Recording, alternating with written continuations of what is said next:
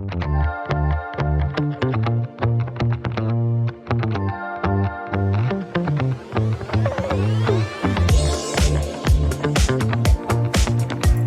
back, everybody.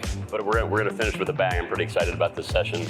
We've got a great group. We're going to be talking about work from home, which feels like a very 2020 type of conversation. But work from home's evolved since even then. It's changed quite a bit in terms of the design and layouts of the rooms, the furnishings that are available to us, and in particular how we integrate technology into all of those settings. So John had a very ambitious topic for us to cover called the Magnificent Seven, and he tasked this team with designing 7 different spaces, which is not only a big ask for our time in advance of the session, it's also a big ask for us to get through 7 segments in a 50-minute period. So we actually narrowed it. I thought I changed the slide, but I didn't cross off the 7, so now it says 74.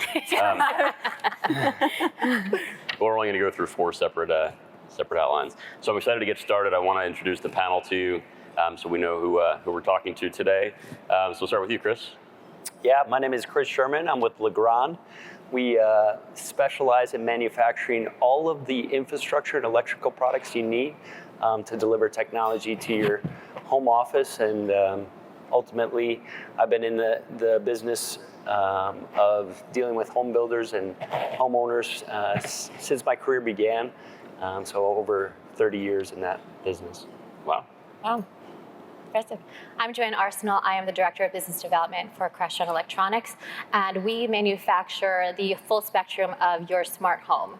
We manufacture, we design, and we support everything from your lighting, your shades, your distributed audio, distributed video, your climate control, all the things that are important to you for a fully functional, smart work from home setting. Nice. I'm Paige Foss. I am with Drees Homes. I'm an architect and the design manager for the company. So I get to design homes all day. We're closing 2,400 homes this year. Wow. In 10 metro areas across 9 states. So, and all of our architecture comes out of our corporate office in Fort Mitchell, Kentucky. So you're busy. I'm a little busy, yeah, a little bit. Hi, I'm McLain. I am a neuroaesthetic certified interior designer. Essentially, I'm the nerdiest interior designer you're ever going to meet. I'm also the co-founder of a company called Studio Home. Essentially, what we do is enable homeowners to envision and select all their furnishings in a highly immersive virtual reality space, and then actually purchase those furnitures real life. Think about The Sims actually brought to life in a much easier, simpler way to do. And we partner with builders to do that. So high volume builders like yourself can offer this as an option package to your clients. There is a whole rev share model, and you're essentially able to deliver. You build the house, you do a great job building the house, we make that house into a home. So when the client opens the door, after they get the keys upon closing, their house is fully furnished and realized, as opposed to completely empty and a little scary. Awesome, thank you. So Paige, do you want to sort of frame the conversation we're going to have today and talk about how we approach this so it makes sense as we progress through all these You don't want me to just throw it out there when it comes up? We could do that too. I've kind of been winging it all week anyway, so. Right, we're just going to wing it.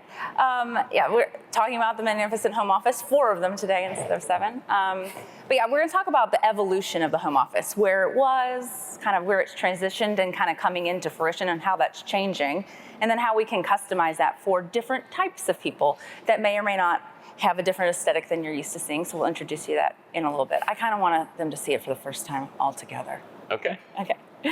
So when we talk about where we've been with the home office, from an architectural standpoint, it starts to feel a little repetitive when I talk about the show den. That's what every home office has been since the 80s. You walk in the front door and there's a formal home office, with or without doors, an accent wall of color, bookshelves, a big desk. It's a welcoming environment, and visually it makes the space feel larger, so we use that trick for a very long time. And then we've started to see a transition in how people want to choose to live, and this whole idea of customization comes up a lot, and how do we make it feel more custom to a person's lifestyle. And so we're starting to see the home office sort of filter around the house a little bit, and we'll talk about that in just a second. It's not going away, it just might be moving.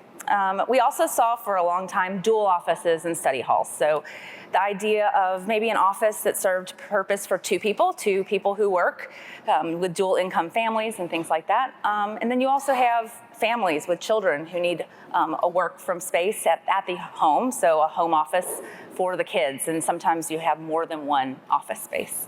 And then we had this menu desk. I mean, that one sort of has died, if I'm perfectly honest. Or the planning center in the kitchen. They kind of became a little bit like a clutter zone, but the necessary space, that plug-in zone, that charging zone, that area to store things and maybe have the printer, all those things still have to happen even if you don't have a true dedicated home office. So it's morphed a little bit and kind of changed locations so it's not so open and in the public sphere. So then if we go forward, this is all gone, the relocation of the home office is not all-encompassing, right? We saw the formal dining room disappeared, right? But it's in some homes still. There's still people who need it. And there are still people who love the formal office in the front of the home. And it serves a purpose for a variety of reasons. But we're starting to see it filter around the house. Most of that actually, if I'm perfectly honest, architecturally spans from the need, almost a need at this point, for a secondary bedroom on the primary floor. And so a lot of people are choosing to put that at the front of the home because it separates it zones it away from the house, the rest of the house. With that means the home office shifts. So sometimes it's moving closer to our kitchen, family dining room arrangement, or even moving to the back of the house, closer to the primary suite, views of the backyard. Instead of watching the mailman and all the traffic go by, you get the serene backyard that you paid a lot of money for. That land was expensive. So we're starting to see the home office move around. And that sort of gives a customer the ability to pick a plan, and in that way also feel like they're customizing their selection as well to the way that they want to live.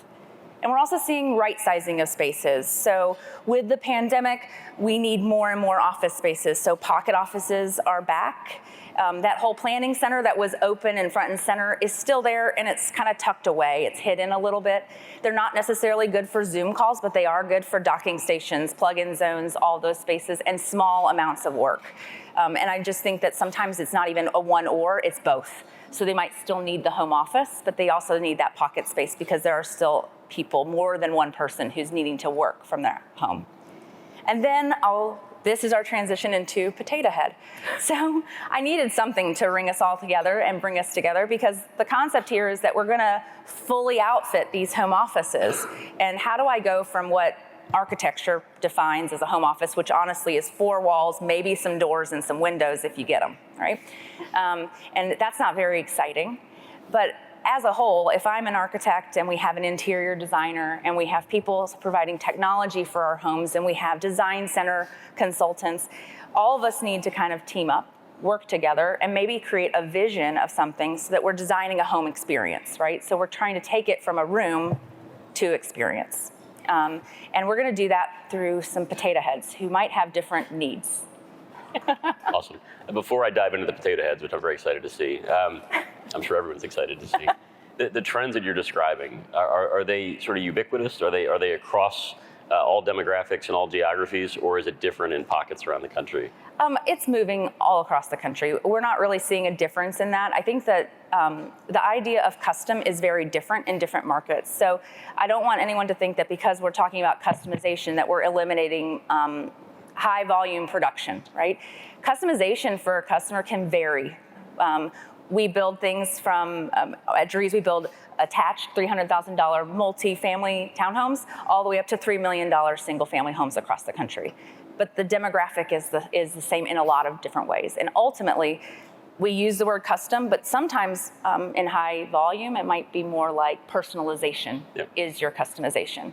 But offering choices and selections on where those spaces are is key, so the person feels like they've made a selection that really works for them. Great. All right, here we go. All right, these are our potato heads. So the idea here is what happens when different buyers come through your door and they need a home, and how do we make sure that that space is not just 4 walls and some windows? How do we take it to that next level and really customize that buyer experience so that they feel like it wasn't just made for one person, it's made for them specifically? So these are your 4 walls and windows? These are my 4 walls and my 2 windows. We really upgraded the space to builder-grade windows. They have nice hardwood flooring. I mean, like solid surface, right?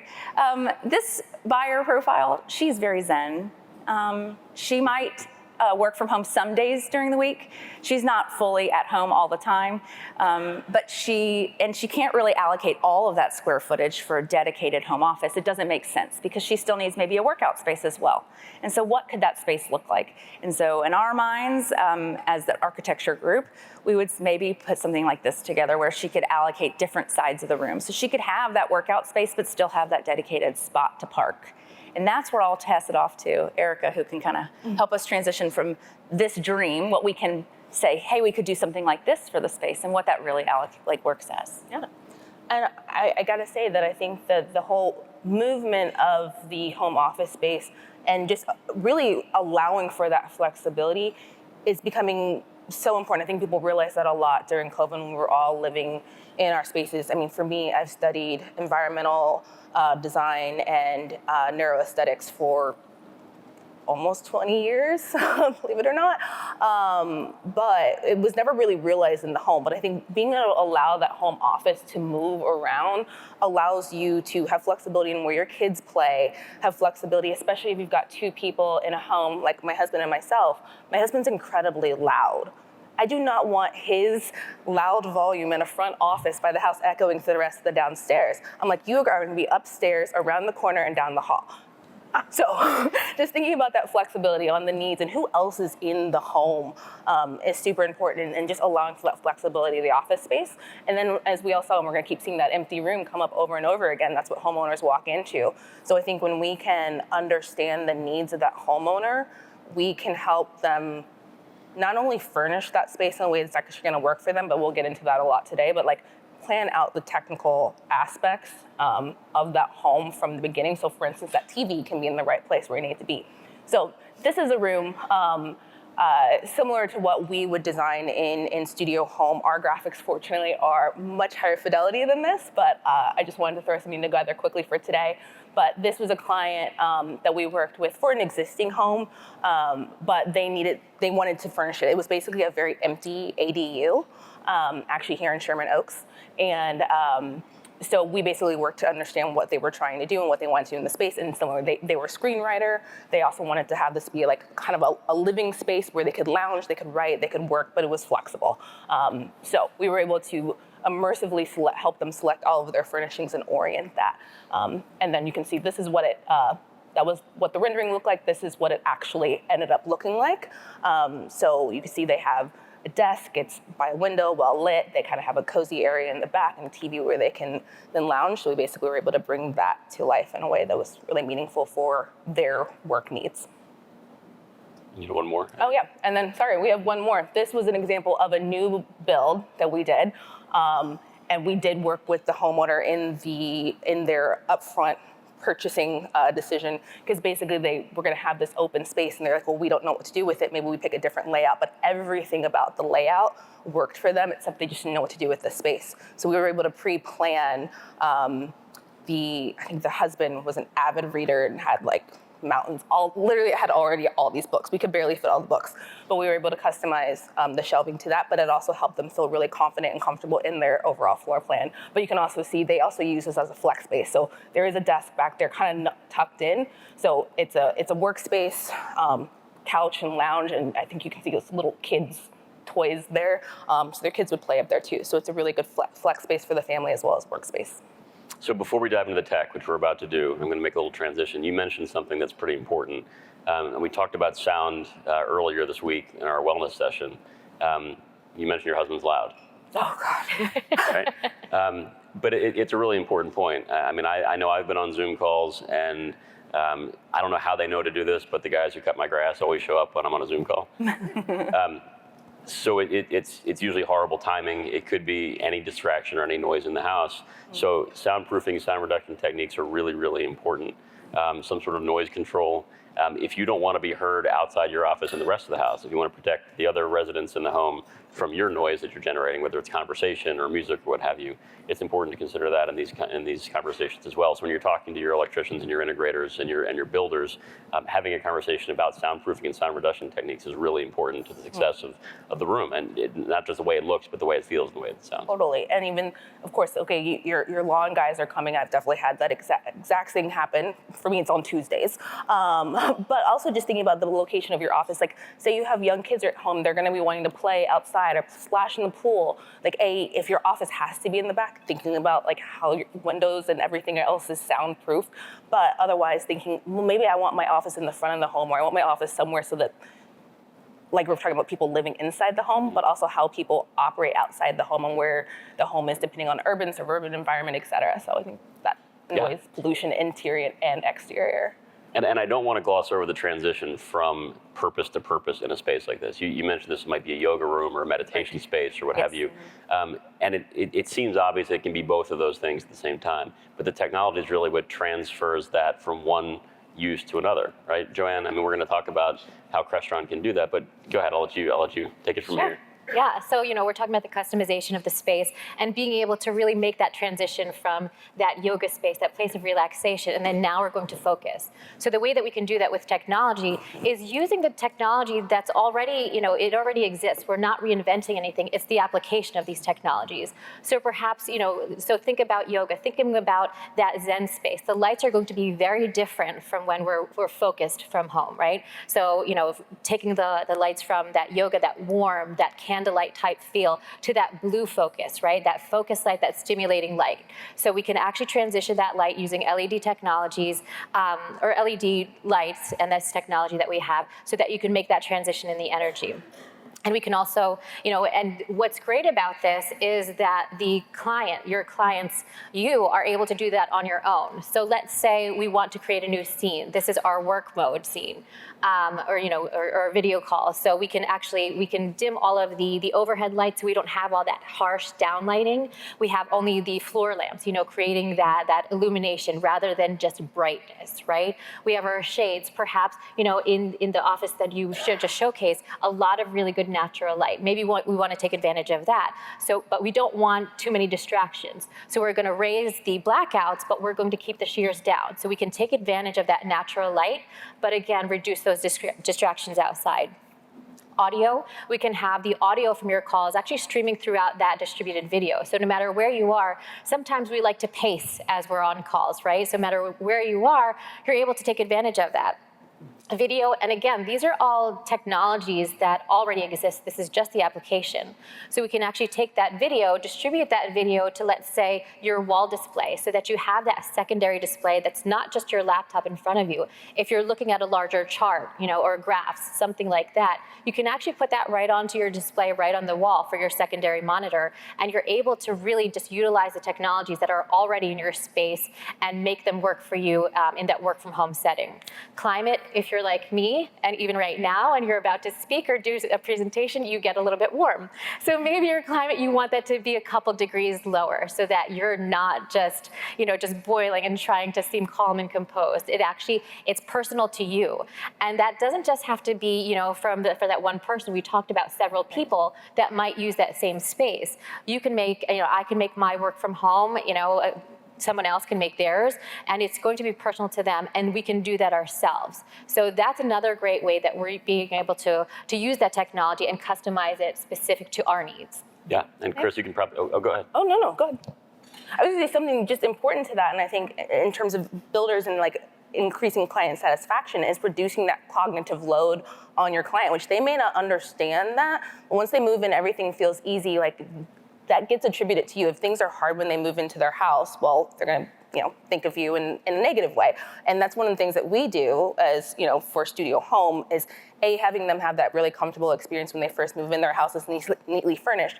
But then what you were just talking about is reducing that cognitive load on not needing to control every light in the house. You're literally talking about scenes. Mm-hmm. They know what they're going to be doing. I'm going to be getting into a meeting, push one button, everything, temperature, lighting, everything changes. I'm gonna be, watching a movie with my kids, so I hit that. It's just, if you can, making the home, we all know how complicated a home life can be, how stressful it can be moving into a new home, et cetera.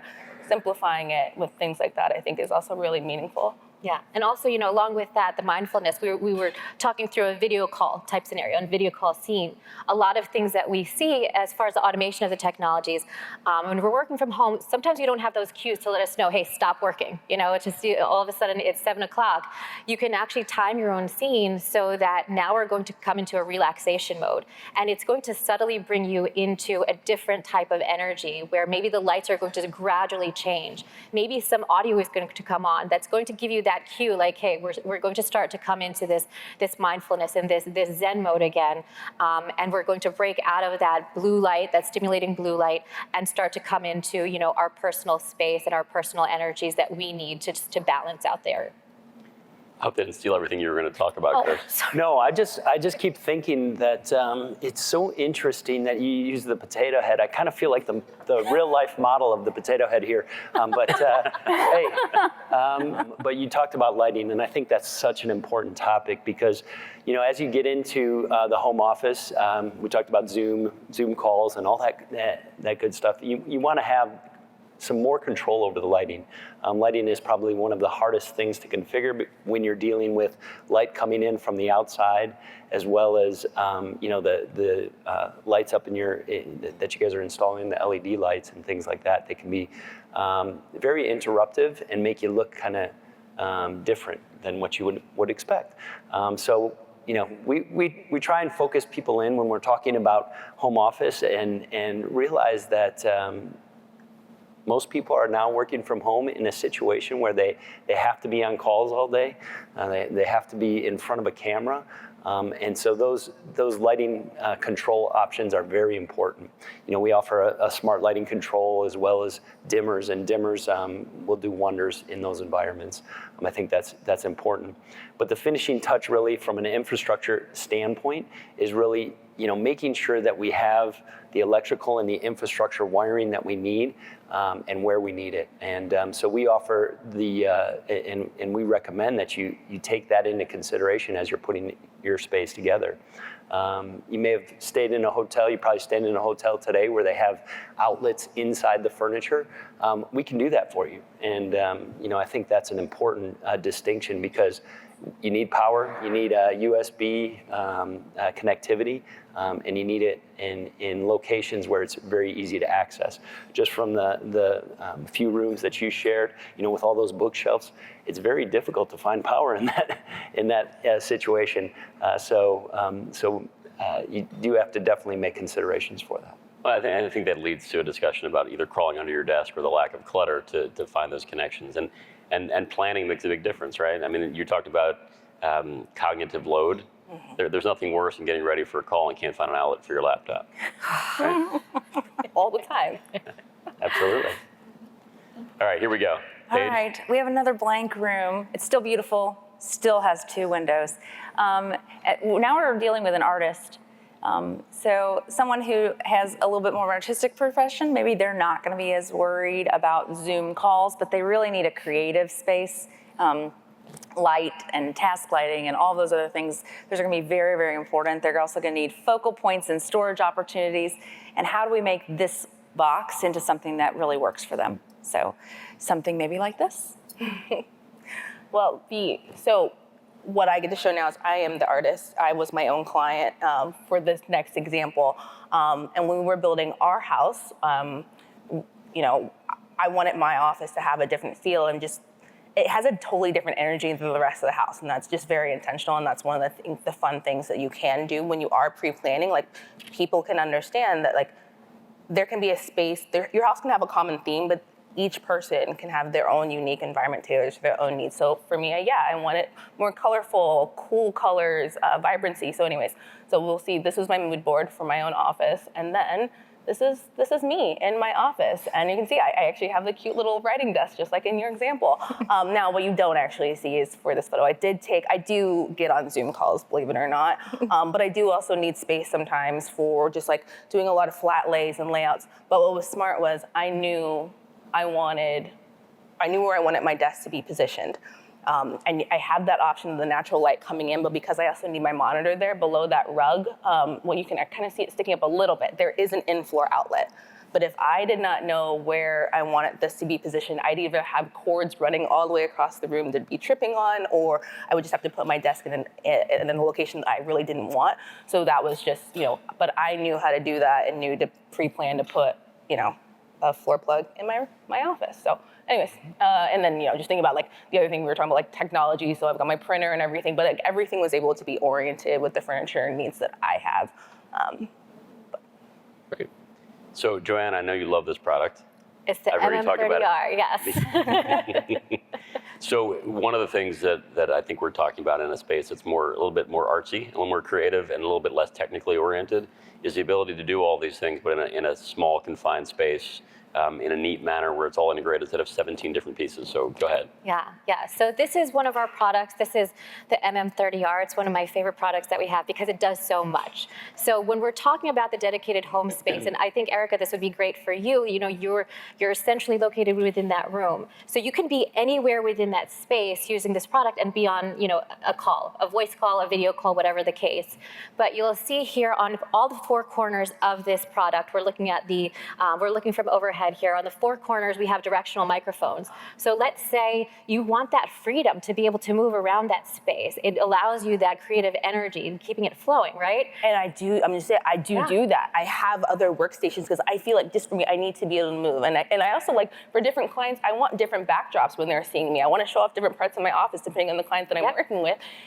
I move my little camera and microphone around all the time. Yeah, and this is the same level, it's the same grade as, executive boardrooms in all of your Fortune 500, whatever the case, boardrooms out there, these executive boardrooms, but it's just a much smaller form factor. Mm-hmm. So this is made specifically for the home office. So you have, again, those directional microphones on all four corners, so you can be wherever you are within this space. That back end, that is your speakers, that again, wherever you are in the space, you're going to have that same great quality audio.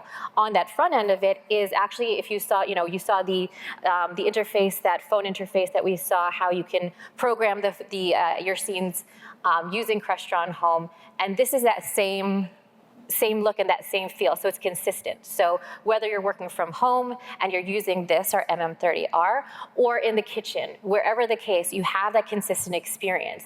And what I also wanted to point out here, we're going back to that blank space. So now you as the builders, again, these are not technologies that we're forcing upon you for this work from home benefit, right? These are the technologies that you could put that infrastructure in and then allow your client to customize for themselves.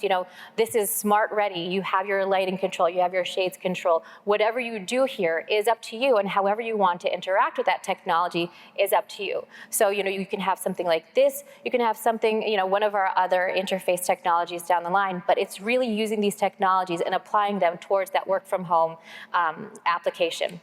I need this, and maybe we could all relate. How many of you have ever been on a call with someone and like all of a sudden, like maybe they can move around because they're on their wireless headphones, but they're like, oh, it's not working, or like, oh, my headphone died, or blah, blah, blah. Boom, there's your solution. Yep, No more wireless headphones dying and not connecting. Yeah. I love it. Yeah. So if I remember this correctly, it also simplifies the process of just connecting to the call, right? Exactly. Yeah. I mean, you can have your scenes like we saw. You can just so you're first and foremost, you can set your scene, and then connecting to the call, you can do Teams, you can do Zoom. You just press one button, and then you're on the call. So and then it just works as if it was just on your laptop. That's as easy as it is. We've all had to do these calls, and that's how simple it is here.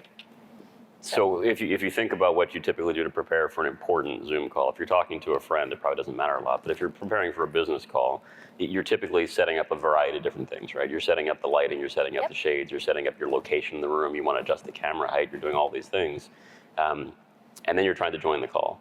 So instead of doing all those things sequentially or manually or a combination of those two, we can essentially have one button to get me set up. So when I'm working on something, I don't have to stop 15 minutes early to prepare for this next event.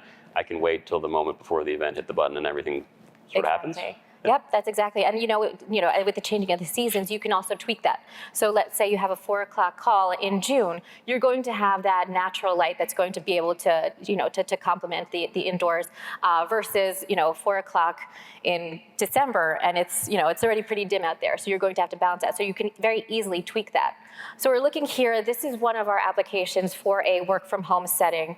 And just like anything else, just like we've been talking about here, when this person does engage in a video call, they adjust all of these things. You see that there's a lot of natural light coming in, but there's also a lot of distractions. So we balance the natural light and the artificial light. We take down the shades so that they can lessen their distractions out there. The audio, they actually like to have white noise playing so that there's not that distraction, but white noise and pink noise can actually be very, it's stimulating, and it helps you to focus.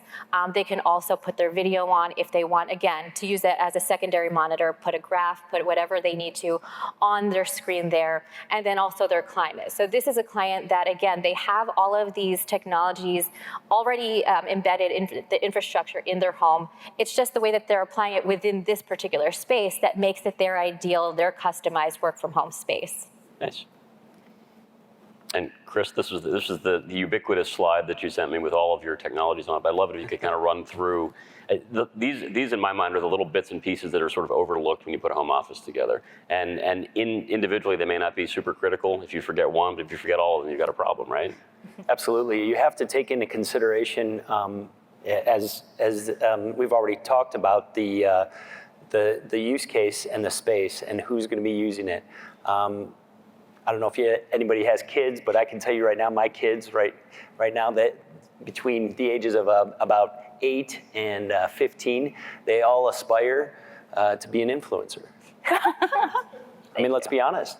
That's what they see. They're like, oh, I'm going to be an influencer. Okay, great. Well, you're going to need a technology environment to do that.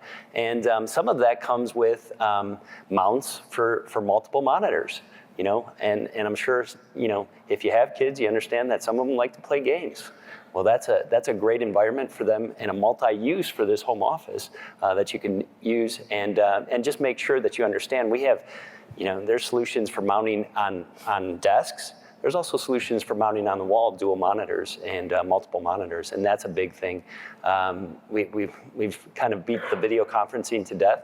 But I can tell you, if you are a free-range mover and you want to move around the room, there's cameras available that can be mounted on the wall, and the camera actually follows the movement of the person. So you can do your you can walk around the room and still be viewed by everybody. Don't know if you'd want to do that, but hey, that's available. And then I would be remiss if I didn't mention that networking is a huge opportunity, specifically in the you talked about it, hey, in the front or the back of the space or the house. Those are usually the challenges when it comes to networking, whether it be Wi-Fi or wired networking. We're going to still tell you that wired networking is the best. But we offer a service called the Wi-Fi Assurance Program, where we basically take your floor plans and we provide a coverage map for you so that you can make sure that you have Wi-Fi anywhere in the house, no dead spots. So that's important. We did already talk about lighting controls.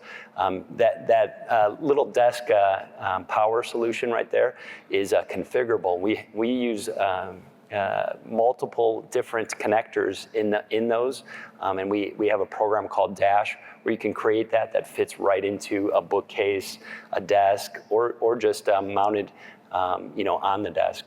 So that's an option as well. And then last but not least, USB charging.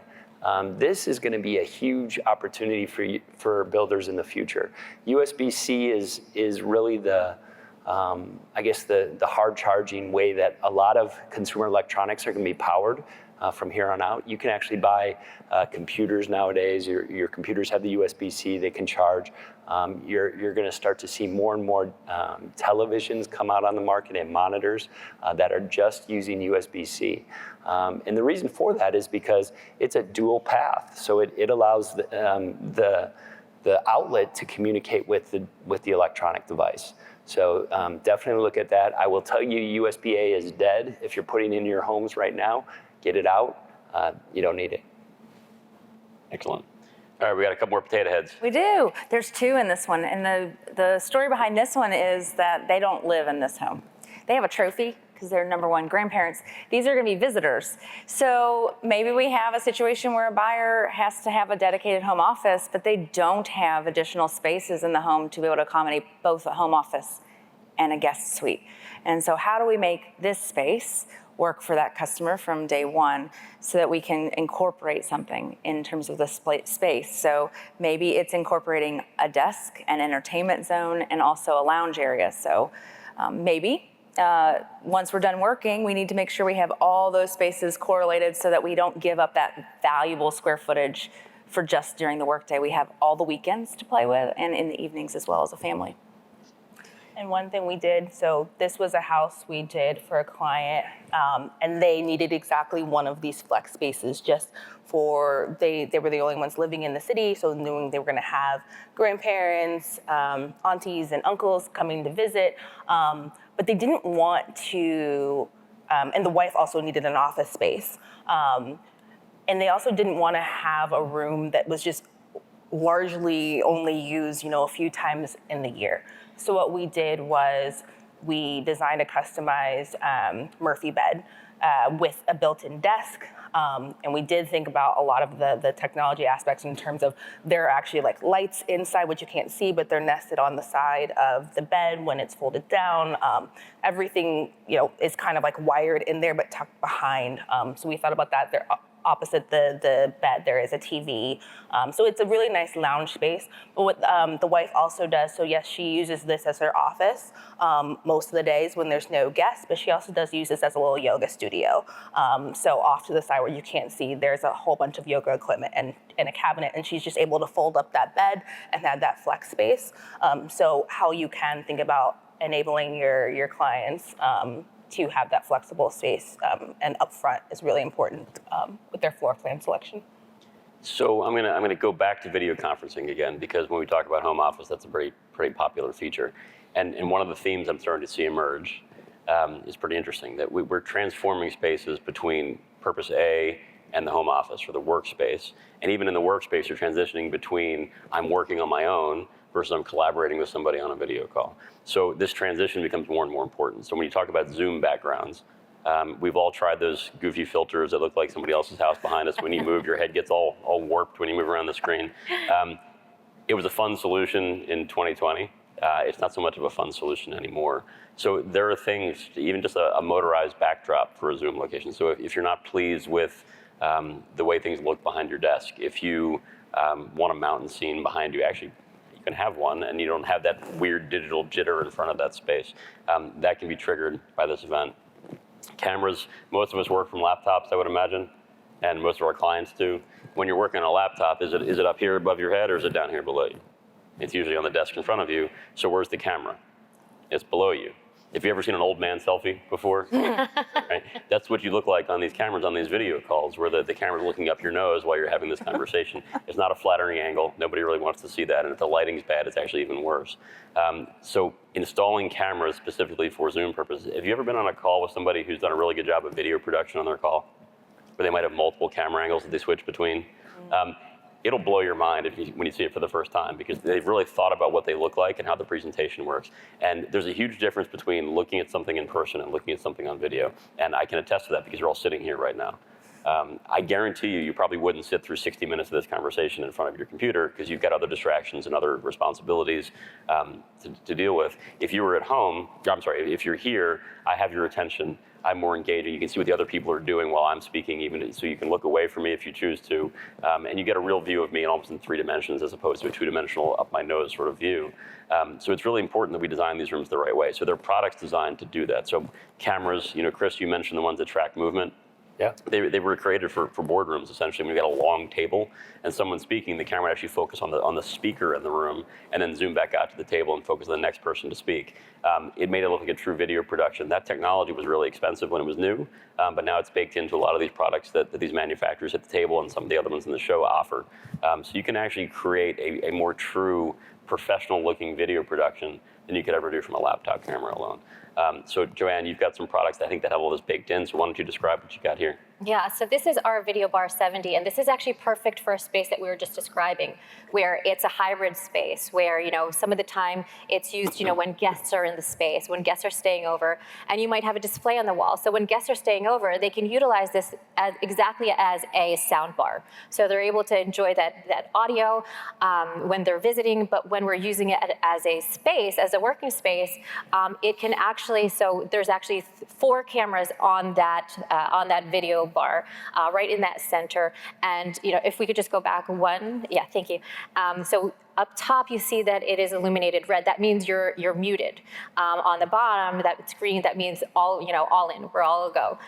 So you'll see that there's the wide-angle lens on the top, and then you have 3 cameras on just below that. So you have your left, right, and center, so that as we're talking about video quality, calls, we're able to actually do that in a much more efficient way. So this actually, besides having that, obviously it's a sound bar, so you have your speakers, the microphones are already embedded right into this space, as well as the processor. So when you're using this, you can use this and then any kind of peripheral control. So you can actually just use this along with your phone, create those scenes like we were talking about before. You actually don't need another interface added to this. You can actually just do this right from your phone and then get that production level quality video call if you wanted to. I think we can go ahead. Yep.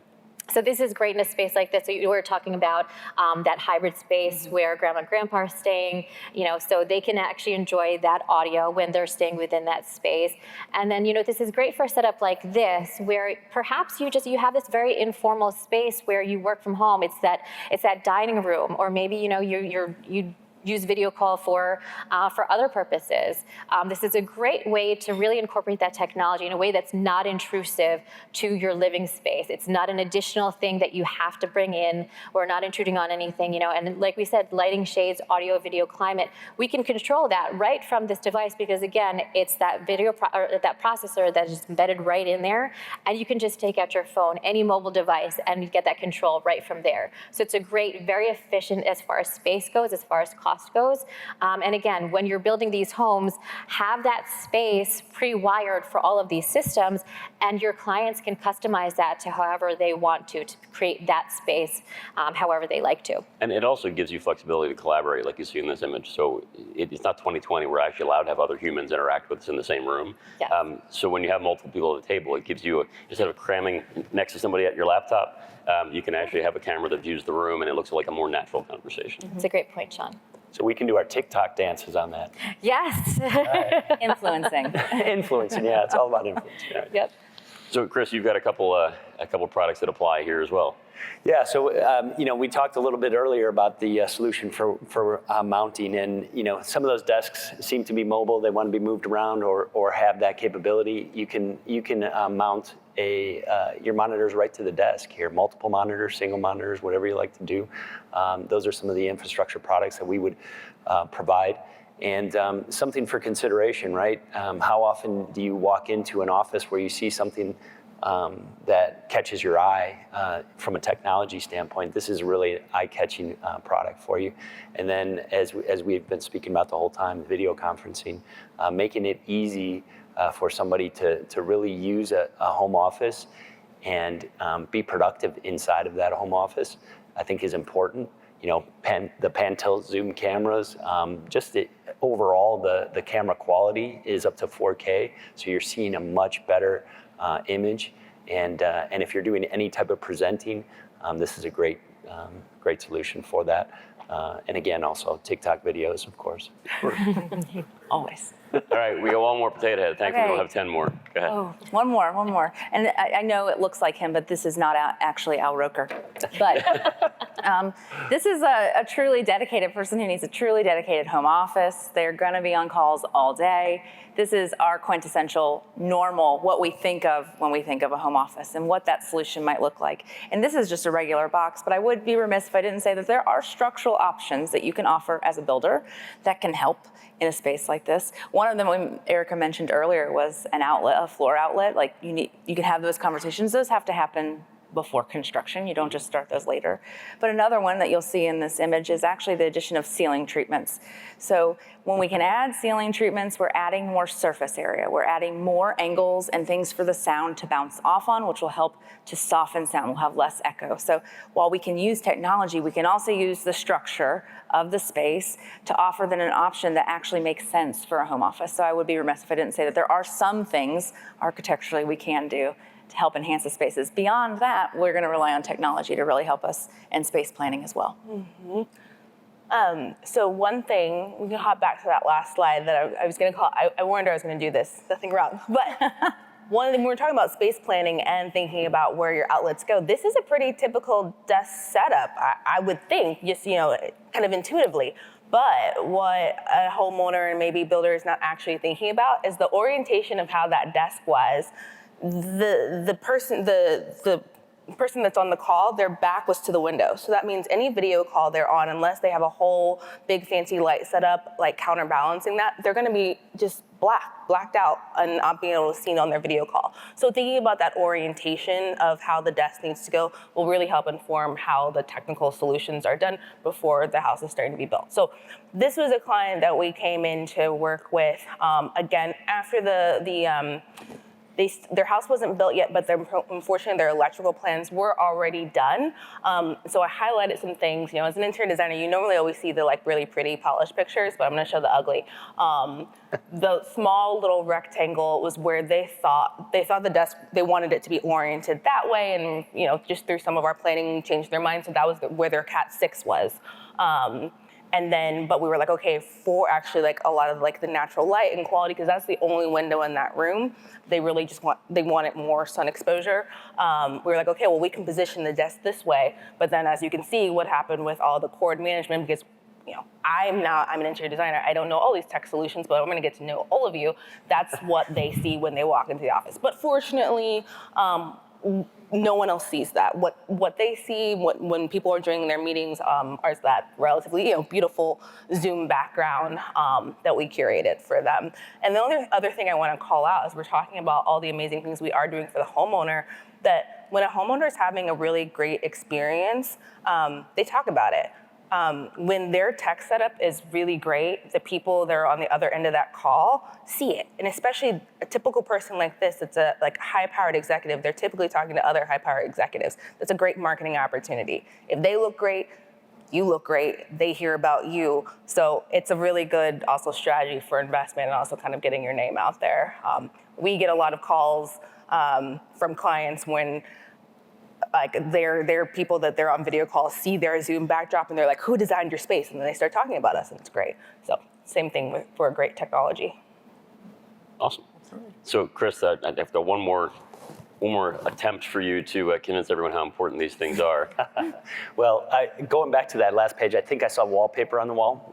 I guess that's coming back. Oh, yeah. So that's great. We do, as a complete aside, we have wallpaper division? Yeah, no, we have solutions that actually allow you to take the wall plate that goes around the switch and put the wallpaper on it so it would match. So just an interesting thing. But as far as when technology looks pretty. So yeah, we should probably stick to the technology, not the wallpaper. Okay. Power and connectivity, that's a huge deal, especially in home office. Like we said, reliability when you're on a call. I'm sure you've all been on the calls where somebody drops off and or starts to pixelate and you can't hear them. That is directly related to the fact that either their Wi-Fi is not close enough or within connectivity range, or what would be ideal, as we spoke of before, is a wired connection. So you can do that through a variety of different products. I talked about the Wi-Fi assurance program, but one of the other things that we offer is network switches. Network switch located near or on the desk to plug your laptop into is going to have a fail-safe call for you. And then as far as power is concerned, again, we want to make sure that you have the power where you need it and when you need it. And then also that you're able to deliver for all of the devices that we have in our lives today. It could be something as simple as your cell phone or a tablet, it's soon going to be your computer and your monitors. So keep that in mind when you're working through this. I often see that a lot of high volume builders assume that this is just it's just a thing that's nice to have. Eventually, it's going to be a thing that you have to have, and so you need to start putting that into your plan. And then as we go through the connectivity process and just making sure that your devices can connect to the internet when they need to, just understand that that takes some forethought, especially when you're using different textures and surfaces inside the home. Things like marble and large mirrors can affect that signal. And so you want to make sure that you have a plan for that. So in a previous session, I think it might have been last spring, JoAnn and I did a panel for the luxury group here, and we talked about sort of aspirational offices and unique advances for it. So we did a good job today, I think, of covering a typical home office in one of the homes that you've probably seen or built or would offer for sale. But there's some things you can do outside of that are pretty unique, and I think you can leave it to your buyer's imaginations to do that. I just want to tease you a little bit because we don't have a lot of time left. This is a golf simulator. When you talk about not having necessarily enough room for a guest room, maybe you don't have enough room for a golf simulator also. So why not make it a multi-purpose space where you can do that? This was a project I did a few years back where there's a desk in a home office. It's quite an office, obviously, but it's a media room, it's a billiard room, it's a second story for a sort of a collaborative space where there's a nice, comfortable seating area. This man generally spends a lot of time in the space, I would imagine, given the size of it. Right. But don't limit your thoughts on a home office to just a desk where you have to work from. Right. And we're running out of time a little bit, but I want to sort of bring this whole week back together and thank everybody for attending. There was a theme that ran through all the things we talked about in the last 3 days. And that theme is that there's a lot of planning that goes into technology. It's not just opening the box and plugging it in and hoping that it does what it's supposed to do. It's not just buying that Ring doorbell and handing it off to your client or even mounting it for them. It's a collaborative effort in the beginning. It takes effort on your part to work with your design team, whether it's your architect, your interior design team, your lighting designers, your technology designers, your integrators, your electrical contractors, your HVAC, and mechanical engineering and plumbing guys. You've got to put all this together in the beginning and give it some thought. If you do, you will be way ahead of the competition. Because I will tell you from my experience, people generally aren't doing this work in advance. They're checking boxes. I offer smart connected devices. I offer beautiful spaces. I offer home furnishing sales. Check, done, move on to the next thing. If you don't take that approach, if you take a more holistic approach to this, you'll be much more successful than everyone else is doing what you're doing. Mm-hmm. So thank you. I hope you had a good experience here. Look forward to seeing you all again, or hopefully seeing you all again in the spring in Orlando. And have a safe trip home.